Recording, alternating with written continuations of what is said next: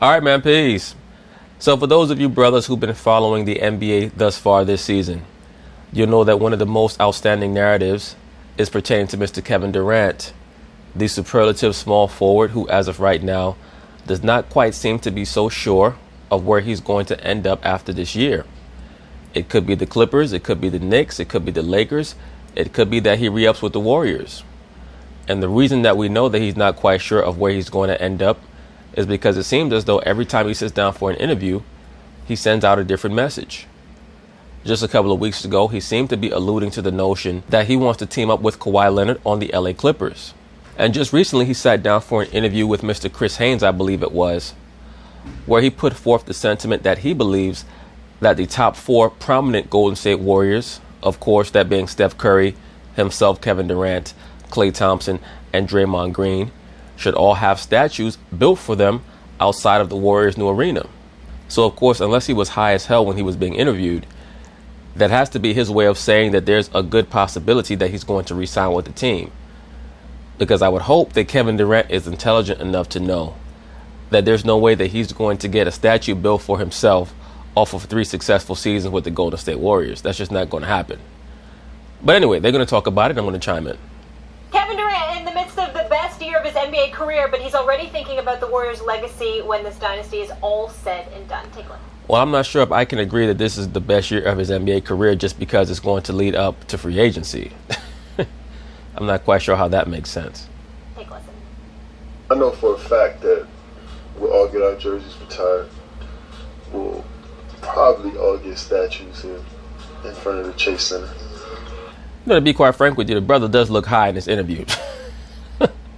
We'll probably all get statues in front of the Chase Center. We'll be Bay Area legends forever. Meaning that people will recognize this team and this run forever in this area. Now, did you hear what Kevin Durant just stated? He said, we'll be Bay Area legends forever. Meaning people will recognize this run that we had. In other words, what? He's leaving himself that opening in case he decides to leave after this 3-year run, presuming that they win the championship at the end of this season. How many of the big four on the Warriors deserve statues? I'd say 3. What? I wouldn't even say 3. If we're really going to talk about who quote unquote deserves a statue, nobody deserves a statue because that's idolatry. But if we're going to talk about who quote unquote deserves one because of their exploits and what they've done for the team, it would really only be one person, that being Steph Curry.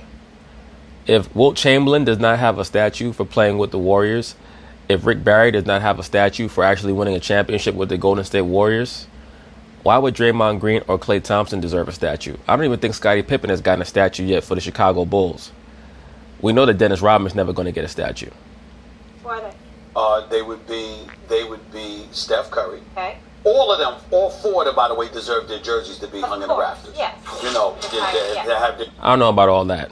If Kevin Durant leaves at the end of this season, you think they're going to retire his number 35 jersey? No. Their jerseys retired. All 4 of them. Mm-hmm. Okay? But Draymond, Steph, Klay, KD. In terms of statues, Steph Curry, automatic. Okay. And I'm not into the statue thing. I don't like deifying people like that. But I agree with you, sir. But it's because the Staples Center got them all over the place. You understand what I'm saying? Well, that's Los Angeles. Of course they're going to have statues all over the place. That's pretty much the headquarters of witchcraft in America, at least overt witchcraft. Including Oscar De La Hoya, by the way, who has a statue outside of the Staples Center, I guess. But if you're going to do that, Steph Curry without question. Of course. Kevin Durant only if he stays.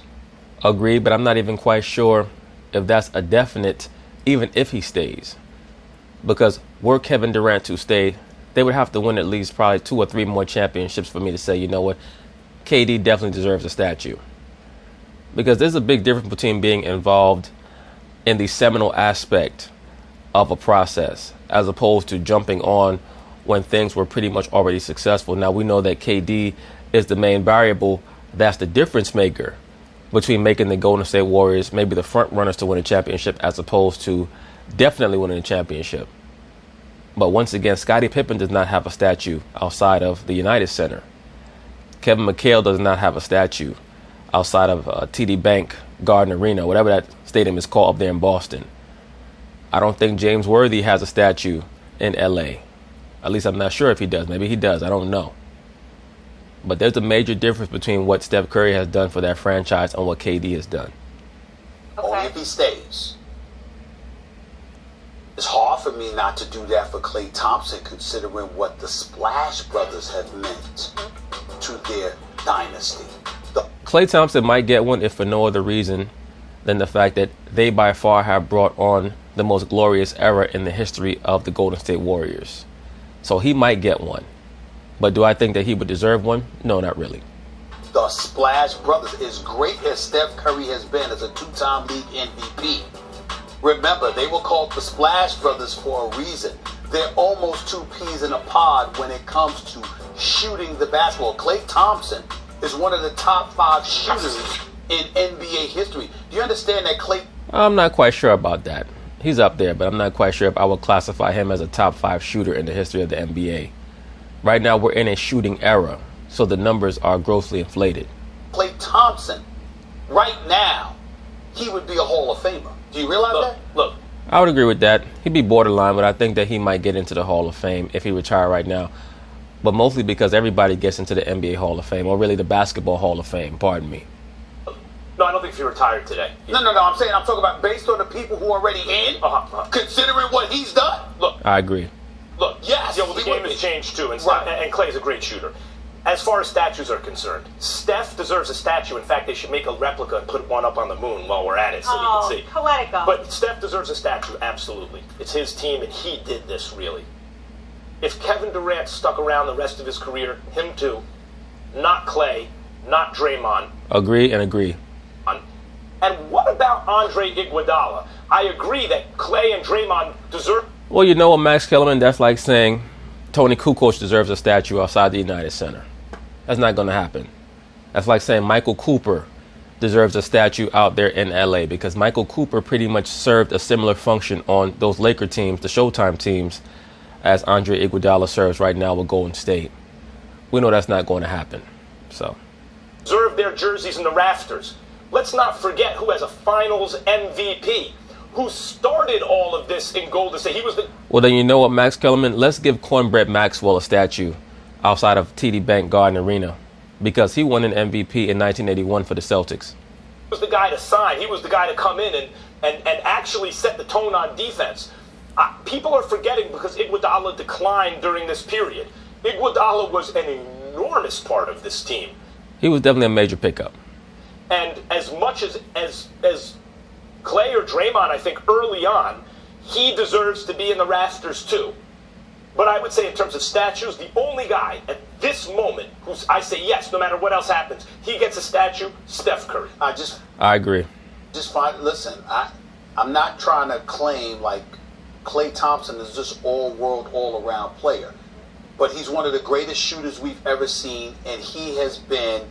The Splash Brothers have been synonymous with his success. To some degree, he is linked. Yeah, he is. Maybe their statue will be connected with a wave. Yeah. All right. Still to come here. But anyway, that's basically it on that. We'll see what happens with KD and his decision. I think that his commentary was mostly based on maybe his inordinate understanding of how much credit he's going to get for these 3 years, or maybe it's a clue that he's planning on coming back to Golden State. But we won't know until after the season. But just to get back to the point, I agree with Kellerman. The only player on the Golden State Warriors who truly deserves a quote-unquote statue, if you believe in those type of things, would be Steph Curry. But anyway, peace.